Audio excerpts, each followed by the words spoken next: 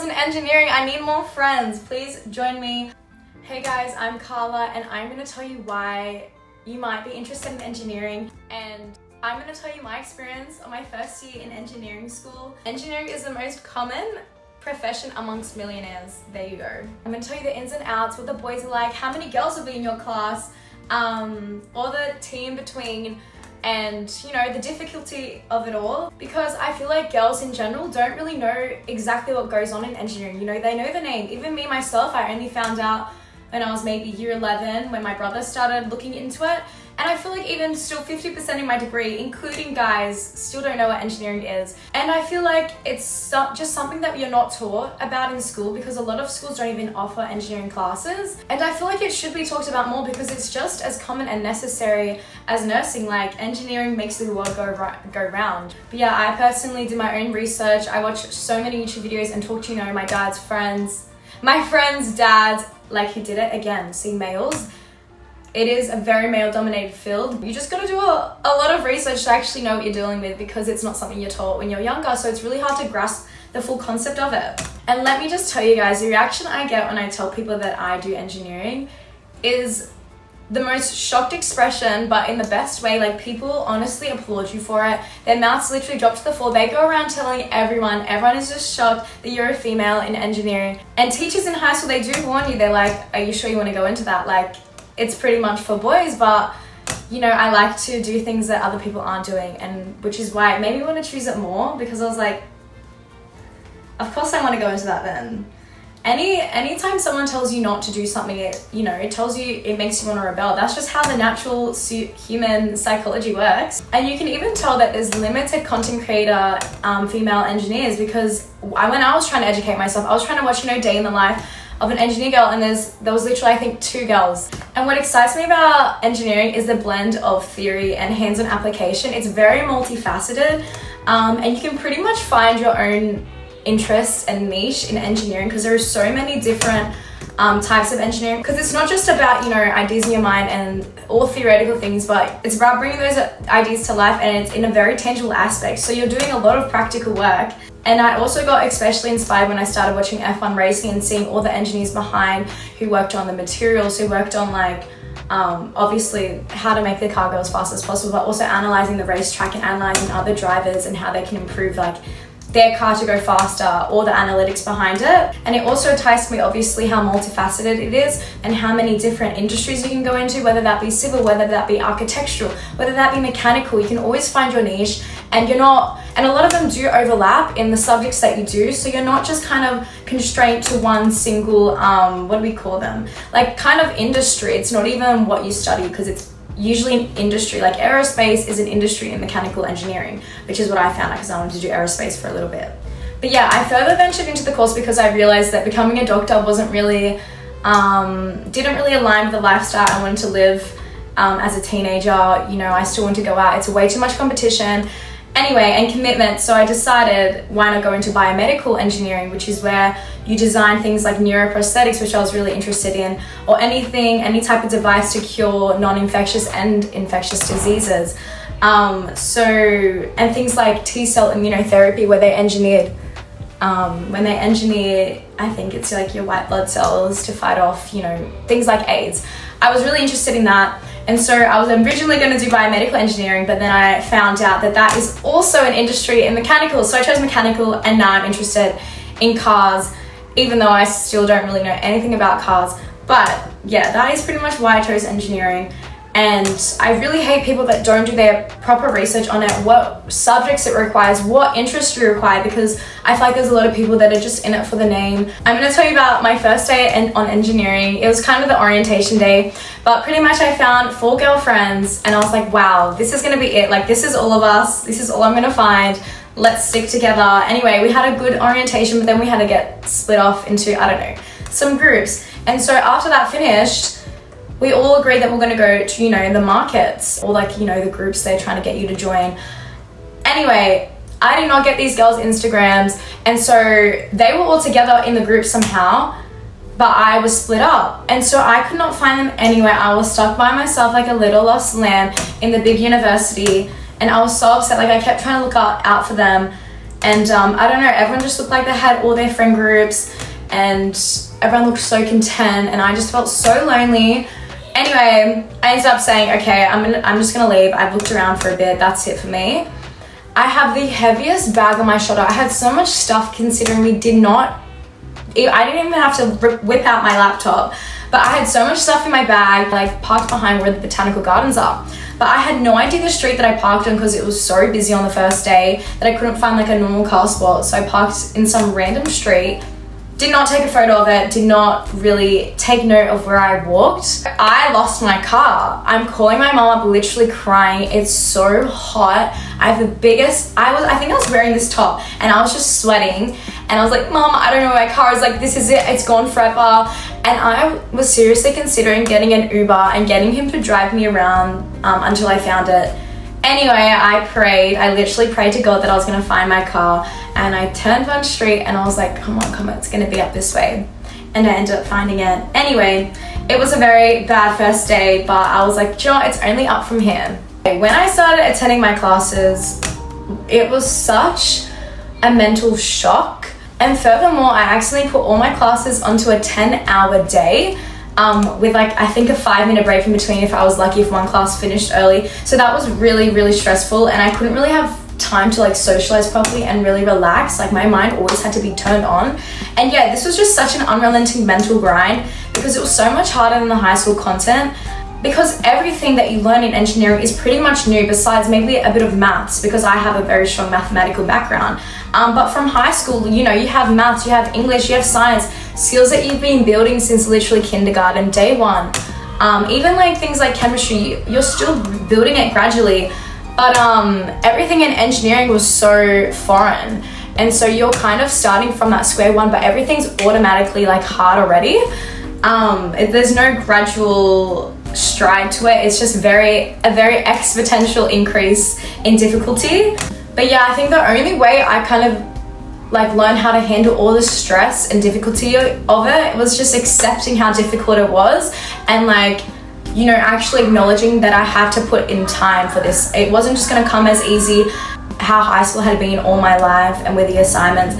It's not that straightforward.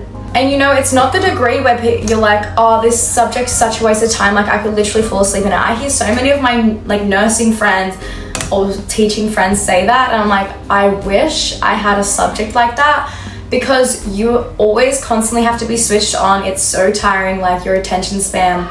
But yeah, you constantly have to be hyper fixated, which is really hard this day and age, especially with TikTok.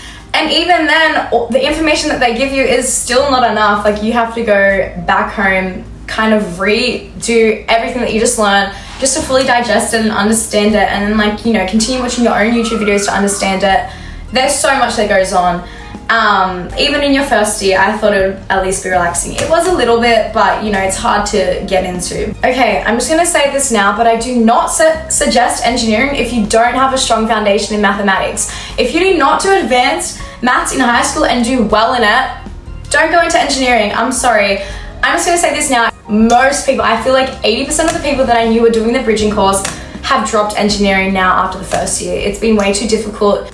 And I don't know, unless you had a major personality change that suddenly made you love maths, like, I feel like if you didn't choose to do maths and elect yourself back in high school, what are you doing it now? Like, you obviously don't love it enough if you didn't do it previously. So unless you have had that major breakthrough, I don't understand why you would be choosing it now. Even with a lot of these sciences, I feel if you didn't choose science back in high school, if you did law and, I don't know, English related subjects, I don't think that it would suit you.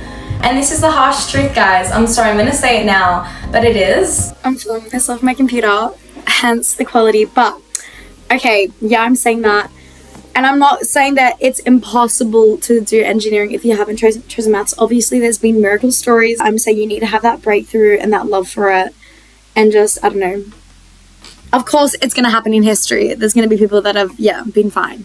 But just the majority. That's just my experience on it, okay? But extension if possible, extension 2 if possible, which I didn't actually do. Okay, so are there any girls in your classes? I have had like so many classes where there's been 1 or 2 other girls, My sustainability class was like that. I had one other girl, or two. One of them was from another country though. And then my computer science class, I literally thought I was the only girl for so many weeks, but then I found there was like ones hiding in the corners. And yeah, it's kind of hard.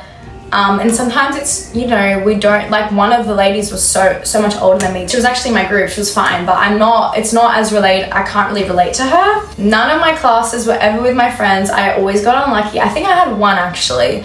And so yeah, you have to make new friends pretty much every class because yes, there's not that many girls.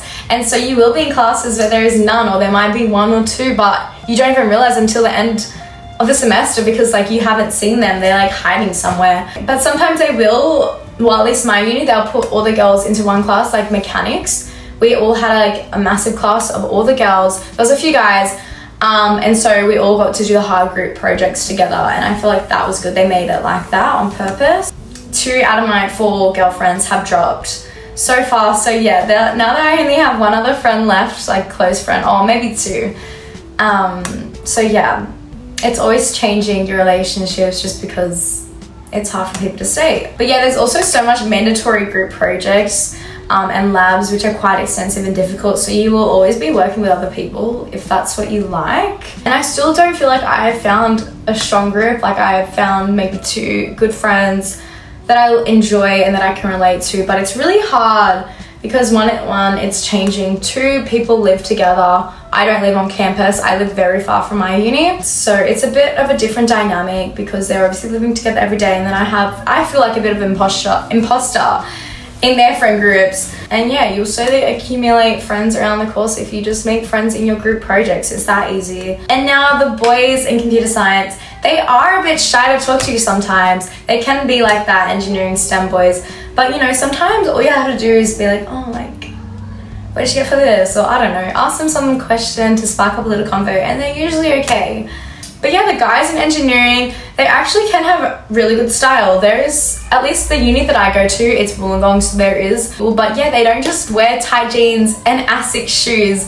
You know, there's some really nice looking outfits and boys there. So you will have fun. You will have fun. There is some eye candy, I swear. I mean, some people disagree, but I don't know, I like them nerdy. Overall, it's really good being with guys because they work extra hard to like impress you and to crack the code or the problem and to like show you that they're competent to do the work, which is really good. So make sure they're, you know, always, I don't know, make sure they're working hard for you, but work hard for yourself mainly, of course. It's just good to have it, you know, extra. And take advantage about being the only girl in the room sometimes. You know, use your feminine power that you can have over guys. This probably sounds a little wrong sometimes, but I think there is this misconception that it feels like it is dominated by males and they're gonna look down on you. But there's a lot of prospect for women in engineering, which is why I thought it would be initially powerful. But yeah, mostly the men in your engineering classes and the teachers there will honestly help you straight away when you ask questions. They don't really look down upon it, at least in my experience and where I go. But yeah, and I feel like it's kind of in their nature to want to help, you know, a female, so use it to your advantage. They see each other as competition, so they want to be the first to help you and or like crack their own code to tell you. So yeah, but yeah, I still wear skirts every single day to uni. I put makeup on, I make sure I look good at uni. I feel like there is a stereotype that you have to be like some masculine girl as well, and there is a lot of them. You don't have to be some tomboy, and it's cool to be pretty and smart. That is going to be my new bio, pretty and smart. And I feel like wearing nice things and presenting yourself as feminine helps contrast you from the boys, which is a good thing because then it allows them to have that natural instinct to help you. Professors are also mainly male. I've had one other female professor out of like, what, 14? You may get some tutors which are female. I think I've had 2 maybe that help you in like labs, but yeah, so you're gonna have to deal with that. And look, professors, yeah, they can be mean, but they're mean to everyone, so it's not just unfair to you, it's unfair to everyone. And I think that's a big lesson that we should apply to everything. Life is unfair, but it's unfair for everyone. But I feel like the reason why I do strive in engineering, even being a girl, is because I feel like I am an assertive person. Like I will tell you what I'm doing in the work, and I will kind of organize, you know, the group projects and be the leader. So it's not like someone's gonna be like, no, I don't trust you with this, or like a boy's just gonna grab it and be like, no, you can't put your input, because I kind of tell them first, And I feel like that's what will get you far in engineering. You have to be assertive sometimes. I might not trust them. But yeah, failing to be confident may undermine like people's view on you, and whether you have the competence to complete certain things, because yeah, sometimes they might not trust you if it's a really intensive group project that is like 40% of the mark. Actually, usually the weighting of engineering assignments is so much lower compared to other subjects, and our tests, because we have so many of them, it's not as crucial to do so well in a singular test, even though like obviously I want to, but it's not so much weighting on certain tests. So I know that law exams, they might have a 60%, a test worth 60%, rather ours is like 30% max, or like 40%. So yeah, that's like another pro about it if you're good with a lot of exams. I don't really get imposter syndrome, so I can't really help girls that do. But I will say that sometimes speaking up in lectures can get scary, because there is a preconceived notion that girls might not know what they're speaking about. Especially I feel the way people judge me by the way I look and the way I act, just because, you know, I have social media, I post on TikTok, I do YouTube, I like fashion, I like girly things, and so there is a bit of a preconceived notion that, oh, does she really know what she's talking about? Or is she just here to look pretty? Which I'm here to do both. I'm just gonna finish on this. It's not just full of nerds. There's a lot of normal cool guys to be friends with. But yeah, there is obviously always that pretentious occasional boy in the room that thinks they know everything and that will literally talk like a nerd. But they're gonna be in every subject, so don't let that scare you. Guys can be very awkward in engineering, and even the cool ones, but I feel like it's just something that people struggle with at this age. They don't really have, a lot of people don't have social skills yet, and that's okay. And yeah, a lot of the guys, I think it's because they only surround themselves with engineering guys, and so they're only around and become like that one mob mentality. But not in a negative way at all. The shy boys are fine. And it's about half-half, like there's half out there, there's half shy, which I feel like is everywhere anyway. So it's a bit of an engineer stereotype. Anyway, I'm going to tell you a little bit about the subjects I've completed so far. So I've done things like materials, engineering materials, which teaches you about like strain and stress factors and like the materials relating to whether your whatever structure is going to hold something. You will learn AutoCAD and Inventor, which is engineering software programs where you can build any 3D artifact you could imagine. But make sure you know how to save files properly so you don't corrupt your files by accidentally deleting things, because I did that and I lost like a whole like table thing that I built. Ask my brother how psychotic I went. You'll also learn how to do some engineering coding, like things in MATLAB and Python. You'll learn that language. I have a nightmare of a story about what happened when I sat the test for MATLAB. That's gonna be a story time for another video, because I could go on and on about that. Maths is the fun part. You learn a lot of advanced stuff. So if you've done advanced, you should be okay in the first semester, like matrices, imaginary numbers. Advanced calculus comes in the second semester. Polar coordinates, curves, which look like flowers sometimes, logarithms, exponentials, advanced trig, obviously, because it keeps advancing. And no, I'm not talking about SOHCAHTOA. Things like infinite sums, power series, all that, how to manipulate them, differentials, parametrics, but that's alright. Oh yeah, and obviously any calculus, which is the best part. But yeah, maths is probably the most useful subject you learn, because you do see it going somewhere, but the rest, I'm like, I'm never gonna remember this, and I don't know how this would come into application for my future job, and it's like impossible to remember. Okay, mechanics is disgustingly hard, guys. Brace yourself for this. It was a 3-hour class, and I think it's a 30 subject for a lot of other unis, but you learn about, you know, inertia, building a beam, building a, what's it called?